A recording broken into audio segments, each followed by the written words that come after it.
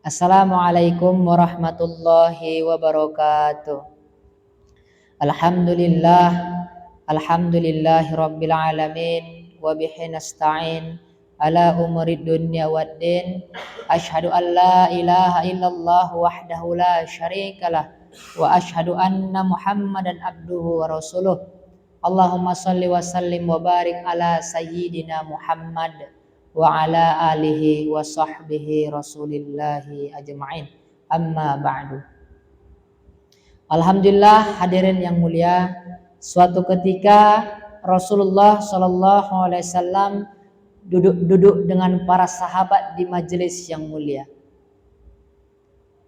Ketika Rasulullah dengan sahabat duduk di majelis yang mulia, datanglah seorang pemuda Arab Badui yang datang dan duduk di majelisnya Rasulullah Shallallahu Alaihi Wasallam. Ketika Arab Badui datang tadi, maka wajahnya Rasulullah pun bersedih. Dan ketika Arab Badui tadi pergi, wajah Rasulullah Shallallahu Alaihi Wasallam pun tersenyum.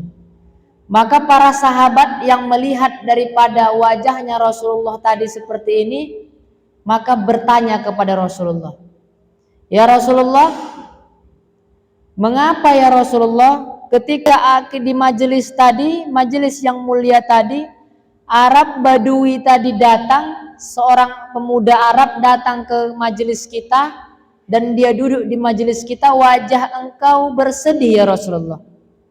Dan kenapa ya Rasulullah ketika Arab Badui tadi pergi meninggalkan majelis kita, wajah engkau tersenyum ya Rasulullah?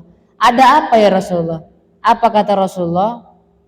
Di saat Arab Badui tadi datang dan duduk di majelis kita, saya melihat dia membawa dosa yang sangat besar, bahkan lebih besar daripada gunung Uhud. Maka saya bersedih melihat dosanya yang sangat banyak. Tapi ketika Arab Badui tadi pergi meninggalkan majelis kita, walaupun dia sebentar di majelis kita, dia duduk lalu dia pergi. Ketika Arab Badui tadi mau pergi, bangkit dari majelis kita, saya lihat dosanya yang lebih besar dari gunung tadi sudah diampunkan oleh Allah Subhanahu wa taala. Maka dia bersih sebersih-bersihnya. Jadi hadirin yang mulia, seorang Arab Badui yang hanya datang membawa dosa sebesar gunung bahkan lebih, duduk hanya sesaat sebentar di majelisnya Rasulullah, langsung Allah ampunkan dosa-dosanya, bahkan dia itu bersih dilihat oleh Rasulullah Shallallahu Alaihi Wasallam. Maka bagaimana kita saat ini? Apa kata Rasulullah? Man zaro aliman faka'annama zaroni, wa man sofaha aliman faka'annama sofahani, wa man jalasana fid dunya ajlas, wa man jalasani fid dunya ajlas tuhuma yaumal qiyamah, wa man zaro aliman faka'annama zaroni, wa man sofaha aliman faka'annama sofahani, wa man jalasa aliman faka'annama jalasani, wa man jalasa aliman faka'annama jalasani fid dunya. Kata Rasulullah, duduk bersama para ulama, para alim ulama, para kiai, para sesepuh kita, para orang soleh, maka sama dengan duduk di majelisku. Seorang sahabat Arab Badui duduk di majelis Rasulullah hanya sesaat saja, diampunkan dosanya.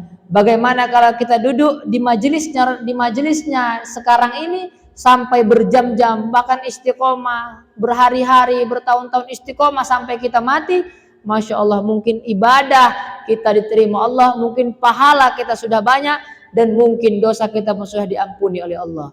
Wa majtama'a qaumun fi baitin min buyutillahi yatluna kitaballah wa yatadarasuna bainahum illa nazalat alaihimus sakinah wa ghasyiyatuhumur rahmah wa hafathumul malaika wa dzakarallahu fi man indah.